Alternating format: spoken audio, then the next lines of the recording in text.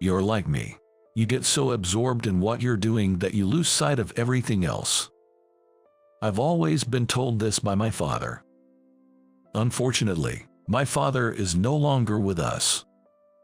He passed away from an illness 5 years ago, leaving me as the sole member of my family. I'm a 35-year-old company employee, working in the development department of an automotive parts manufacturer. My parents divorced when I was young. The reason was my mother's infidelity. She left only a divorce notice and disappeared suddenly.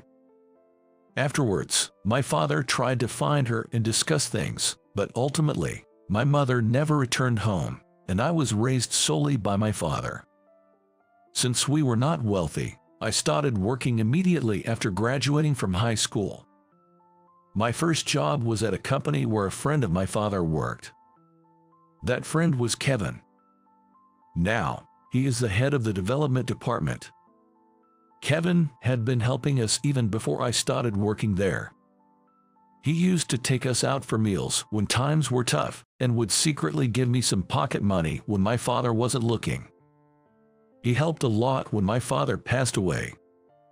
I really owe a lot to Kevin. I might as well have been hired at this company for Kevin's connections. I wanted a job where I could think and create, so I worked hard and studied while working. My efforts paid off, and after 3 years, I was transferred to the development department. Since then, I've been enjoying fulfilling days working with Kevin. There were tough times after my father passed away, but thanks to Kevin, I'm still able to work normally. Kevin is a very important person to me. One day, during such a routine, something happened. A staff member was transferred to the development department. He was George, formerly from the sales department. He is the same age as me, but he's an elite employee who graduated from a prestigious university. He had built a considerable track record in sales. George was promoted to section chief in the development department. In other words, he was going to be my boss. That surprised me. I had thought George would continue to excel in the sales department. I never quite understood the decisions made by the higher-ups in the company. George and I hadn't talked much. We just greeted each other in passing. I found George a bit difficult to deal with. He seemed very confident in his educational background. I once overheard him talking and laughing in a demeaning way, saying, "I can't think of people without a university degree as humans." Since I only graduated from high school, I guess he looks down on me too. On his first day after the transfer, George greeted the employees in the development department, but he just briefly said "nice to meet you" to me without even making eye contact. Seeing George like that made me feel anxious about the future. Although he was an excellent employee in sales, he was practically a novice in development. Frankly, the projects George proposed were something anyone could think of, lacking any novelty. The other employees also frowned upon his proposals, thinking, well, that's really not going to work. But George seemed completely oblivious and always presented with full confidence in our department meetings. Well then, let me present this new project idea. I couldn't tell what Kevin was thinking, but he usually looked down whenever George presented something.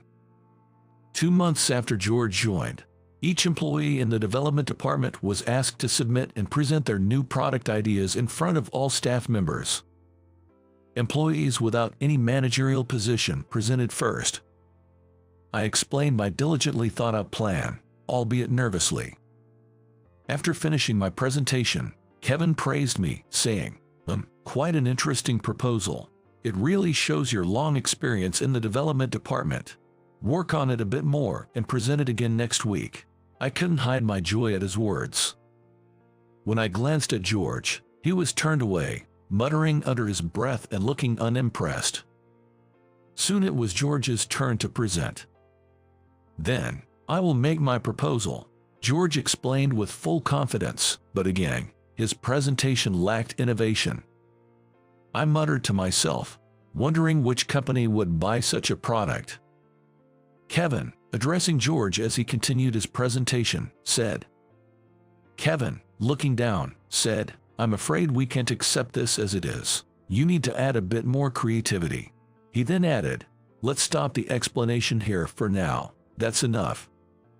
Kevin cut him off, and George was left stunned. Then Kevin continued, you may hold the position of section chief, but you're still a beginner here in development.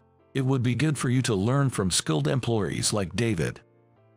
I was surprised to hear my own name suddenly mentioned. George responded with a simple yes, but I could see frustration in his eyes. After that, George clearly started showing hostility towards me. After the presentation, he glared at me and said in passing when no one else was around, an elite like me has nothing to learn from a high school grad like you. At one point, he even said, remember, I'm still your superior. Someone like you will never surpass me. Just be content with being a perpetual regular employee. He continued to belittle me. Worse still, George started using his position as a supervisor to take credit for my achievements. Determined not to lose to him, I threw myself into my work more than ever. Seeking perfection, I worked late every night, often missing the last train and staying at a hotel near the office. Not just at night. I arrived at the office earlier than anyone else and barely ate lunch, just nibbling on crackers while working at my computer. I worked so hard that it worried my colleagues. But no matter how hard I worked, my achievements were stolen. Still, I refused to give in, even though I felt frustrated. Perhaps George must have been getting frustrated with me for not breaking down easily. One day, George set me up. He fabricated a mistake and pinned it on me. It wasn't a minor error. It involved a major project with an important client. I was summoned by President Johnson and ended up receiving a harsh reprimand. President Johnson even said, "We'll consider disciplinary action." Unsatisfied with this, I confronted George. "What's your intention? Why did you change the responsible person's name to mine, making it look like I made the mistake?" I demanded. But George stubbornly responded, "Where's your proof of that?" Indeed, I had no proof. George had cleverly set me up without leaving any evidence. A few days later, I was told I was being transferred to a tiny branch in the countryside. I thought Kevin would somehow stop it. But Kevin said, "Maybe a change of environment will be good for you. I think the branch suits your current situation better." At that moment, I felt utterly hopeless. In other words, it seemed like they were implying that I lacked the necessary skills. It felt as though they were saying so. Helplessly, a month later, I headed to my new post.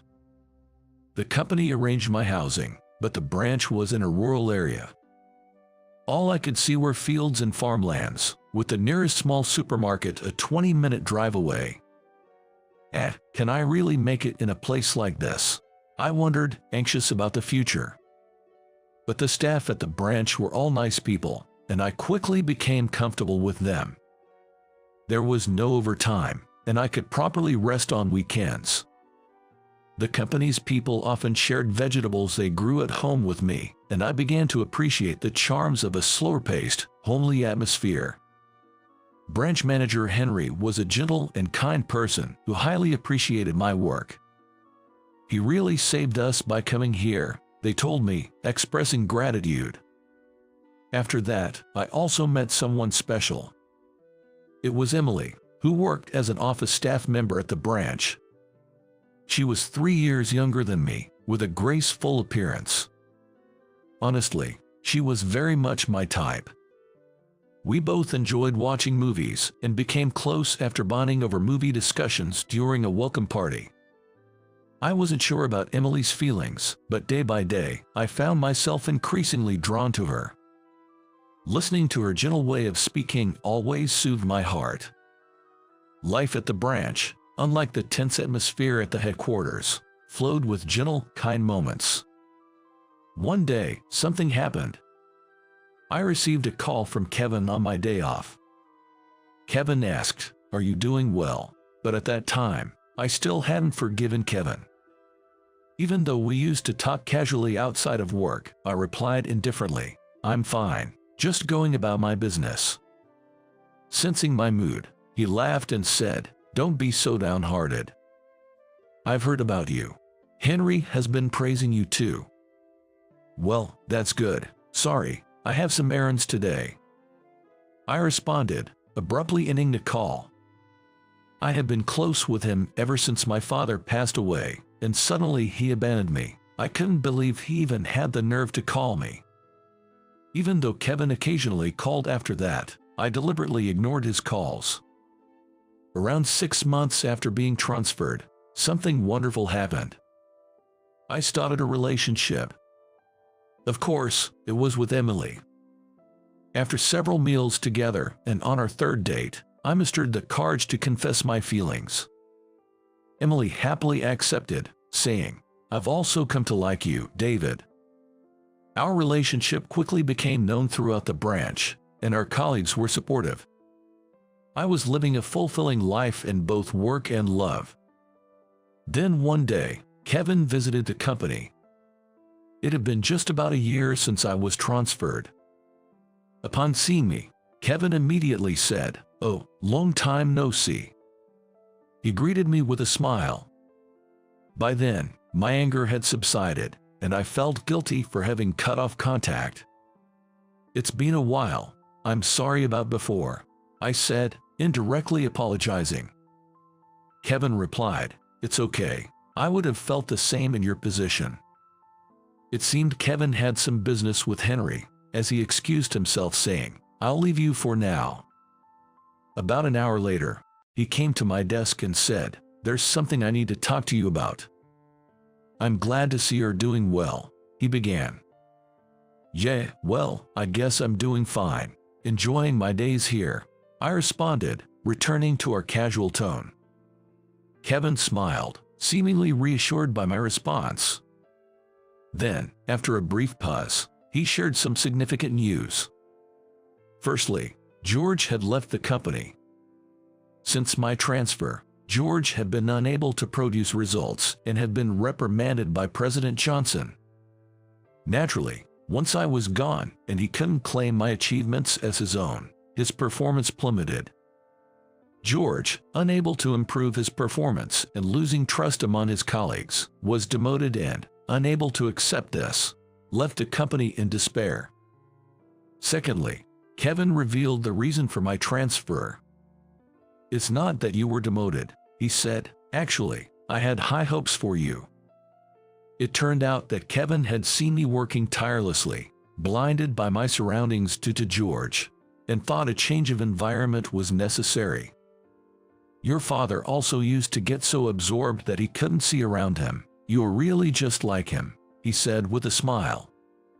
Additionally, the branch was short-staffed and struggling with performance, so they needed an immediate contributor like me. And then, looking me in the eye, Kevin said, "Would you consider returning to the headquarters? I really want to recommend you for a section chief position. Honestly, we're in a bind without you," Kevin said. Yes, I was happy to hear his words, but at the same time, I thought of Emily. Sensing my hesitation, Kevin asked, "Is there something bothering you?" So, I honestly told him about Emily. Kevin responded, "I see. Well, discuss it with her and then decide." He suggested I get back to him later with my decision. That night, I quickly spoke with Emily about it, and she said with a beaming smile, "Congratulations," then continued, "So, what do you want to do, David?" "I want to go back to the headquarters and work as a section chief in the development department. That's what I really want. But I also want to stay with you, Emily." She smiled and said, "I understand. I'll follow you, David." I was overjoyed. Emily decided to leave the branch and move with me. I informed Kevin about our decision right away. He seemed pleased and said, "That's great." About 2 months later, I returned to the headquarters. All the employees warmly welcomed me back, saying, "Welcome back." Soon after, I was called by President Johnson and discussed my promotion. "I have high expectations for you." "Yes, I'll continue to work hard," I replied. This is how I became the section chief of the development department. Kevin congratulated me. "Congratulations, David.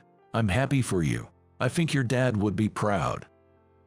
When I told Emily about the promotion, she also congratulated me. "Congratulations, you've worked so hard." By the way, Emily and I had started living together in an apartment costing about $1,000 a month after moving here. Then, about 6 months later, I proposed to Emily. It was also the anniversary of when we started dating. Holding the ring, Emily said, "It's like a dream. Let's always be together."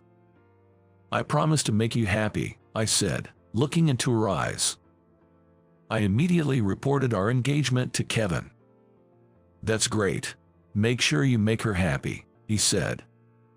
"Yes, I want Kevin to attend our wedding in place of my father," I told him.